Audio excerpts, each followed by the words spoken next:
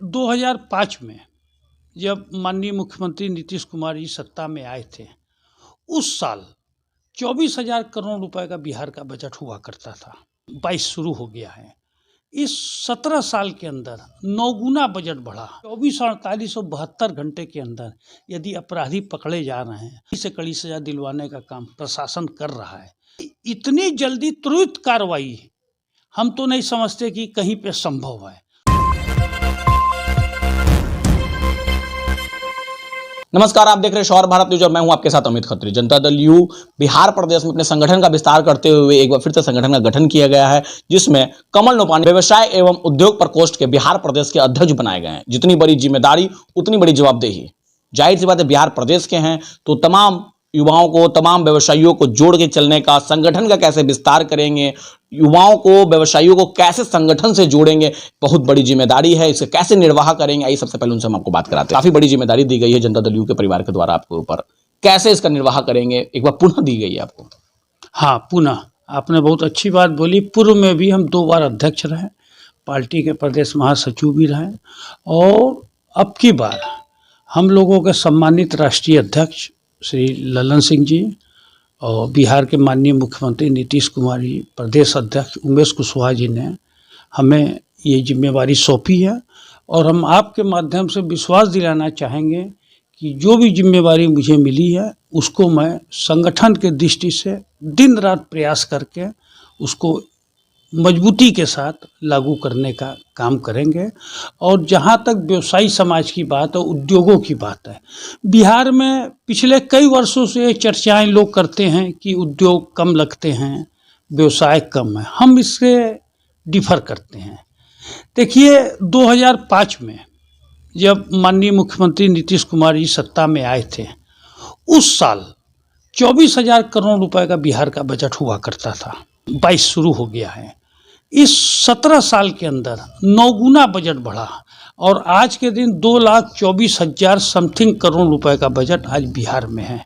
9 गुने बजट की वृद्धि हुई है। तो ये रुपए कहाँ गए? ये रुपए बिहार में उपयोग में आए हैं, डेवलपमेंट के काम में लगे हैं। ट्रेडरों के जो मार्केटिंग है, मार्केटिंग में लोगों ने बिहार में माल सप्लाई किया तो उनकी भी बढ़ोतरी हुई है। अमन चैन कायम है। जिस तरह से विस्तार हो रहा है उद्योगों का या व्यवसायियों का, तो इसमें कहीं से कहने में हमको कोई हर्ज नहीं है कि व्यवसायी बिहार के बहुत खुशहाल हैं और माननीय मुख्यमंत्री जी के प्रति उनकी पूर्ण आस्था है। आज बिहार में व्यवसायिक प्रकोष्ठ जो रहा है या अभी और तेजी में ये बढ़ने वाला है, इसके पूर्व भी हम लोगों बिहार में 38 जिले, 2 महानगर, उनको मिलाकर के जिलेवार सूची, जिले के प्रभारी, प्रदेश के विभिन्न पदों के पदाधिकारी, यहाँ तक कि प्रखंड और पंचायत स्तर पे भी यदि आप कमेटी का डिटेल चाहेंगे तो हम उपलब्ध कराने में सक्षम हैं। तो ये कैसे हुआ? आज कम से कम जो है 16 से 17 हजार व्यवसायी जो डायरेक्ट पार्टी से जुड़े हुए हैं, और उनकी जब कभी किसी तरह की कोई समस्याएं आती हैं तो उसको समस्या का भी निदान करने का एक फर्ज होता है व्यवसायिक प्रकोष्ठ के में, हम एक जिम्मेवारी होने के नाते। और मैं आपको ये पूर्ण विश्वास दिला सकता हूं कि आने वाला समय और बेहतर होगा, व्यवसायियों के लिए बेहतर होगा, उद्योगपतियों के लिए बेहतर होगा। और हम तो कहते हैं कि लोग आवे यहाँ और व्यवसाय लग भी रहे हैं। अभी हम लोग के उद्योग मंत्री शाहनवाज हुसैन साहब, कितना बड़ा इथेनॉल के क्षेत्र में उन्होंने जो विकास, बिहार को एक नई ऊर्जा देने का काम किया है। और इथेनॉल हो या फूड प्रोसेसिंग यूनिट हो, कपड़े उद्योग से संबंधित यूनिटें हों, उसके लिए लगातार प्रयास जारी हैं और उसमें लग भी रहे हैं लगातार उद्योग। इससे 2-3 चीज़ें हैं। एक तो व्यवसायियों में विश्वास की भावना बढ़ी है सरकार के प्रति। दूसरा, रोजगार, जो रोजगार आज देश की समस्या है उसमें बिहार में बहुत हद तक प्रयास हो रहा है कि जो बेरोजगार भाई बहन लोग हैं उनको किसी हद तक उद्योग स्थापित करवा करके उनको उसमें समाहित करने का हम लोग प्रयास करेंगे। और आपके माध्यम से मैं केंद्र सरकार से माननीय देश के यशस्वी प्रधानमंत्री श्री नरेंद्र भाई मोदी जी और माननीय वित्त मंत्री श्रीमती सीतारमण जी से मैं आग्रह करूंगा कि बिहार में जिस ढंग से विकास होना चाहिए उसके लिए विशेष राज्य का दर्जा एक आवश्यक कदम है। ये इसलिए कदम नहीं है कि व्यवसायी चाह रहे हैं, बिहार के विकास के लिए। और इसमें कहीं कुछ नहीं, इनकम टैक्स, जीएसटी या इसी तरह की कुछ मूलभूत सुविधाएं जो कि अन्य कुछ राज्यों में ये लागू है, यदि बिहार को भी मिलेगी तो मैं आपको विश्वास के साथ कह सकता हूँ बिहार में उद्योगों का जाल विकसित होगा। जहां एक और व्यवसायी पलायन करने की ओर है मजबूर बिहार में, दिन दहाड़े बाकरगंज में लूट हो जाती है, अपराधीकरण बढ़ते जा रहा है, विपक्ष पार्टियां अब इसको जंगल राज कह रही है, टिकरा पोड़ रही है सरकार पर। तो ऐसे में व्यापारी क्या करे? दूसरी ओर व्यवसायी आज पलायन करने को मजबूर हैं।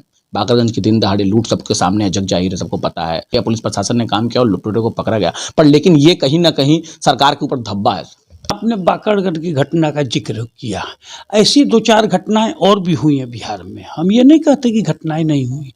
आप ये देखिए कि घटना के बाद तुरंत संज्ञान लेकर के 24, 48 और 72 घंटे के अंदर यदि अपराधी पकड़े जा रहे हैं, इसे कड़ी सजा दिलवाने का काम प्रशासन कर रहा है। इतनी जल्दी त्वरित कार्रवाई हम तो नहीं समझते कि कहीं पे संभव है। तो वो भी और माल भी बरामद हो रहा है, ऐसा नहीं है कि माल बरामद नहीं हो रहा है, ठीक है। और ये आप चूंकि हम लोग बिहार में हैं, अगर पूरे भारत के मानचित्र को देखें, क्योंकि यहाँ के लोग न्यूज नहीं पढ़ पा रहे हैं, दिल्ली हो, बॉम्बे हो, बंगलोर हो, इवन विश्व तक स्तर की मैं बात करना चाहूँगा आपके माध्यम से कि हर जगह कहीं ना कहीं 19-20 घटनाएं हो रही हैं। लेकिन इस घटना के प्रति जो भी हो रही है उसको और कमी आने की ज़रूरत है। उसके लिए मैं प्रकोष्ठ के माध्यम से प्रशासन से और सरकार से एक सेतु का बनने का काम करूंगा, ताकि आने वाले समय में इस पे ज़्यादा से ज़्यादा अंकुश लग सके। छोटा बात है पर लेकिन बहुत बड़ी बातें हैं।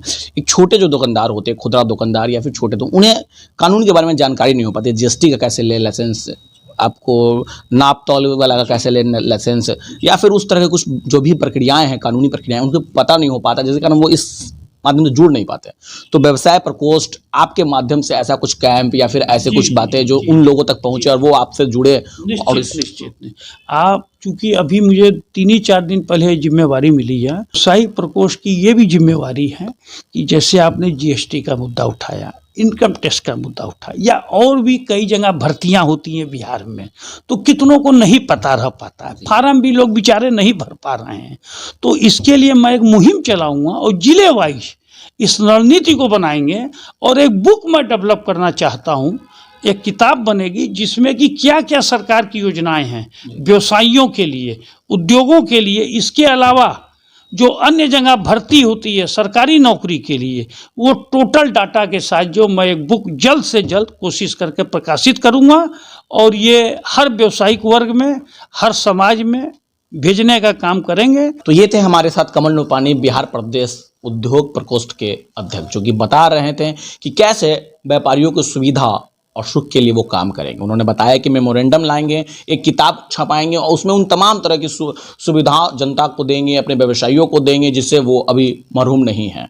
अपने सहयोगी के साथ मैं हूं अमित खत्री, शौर भारत न्यूज़, पटना, बिहार।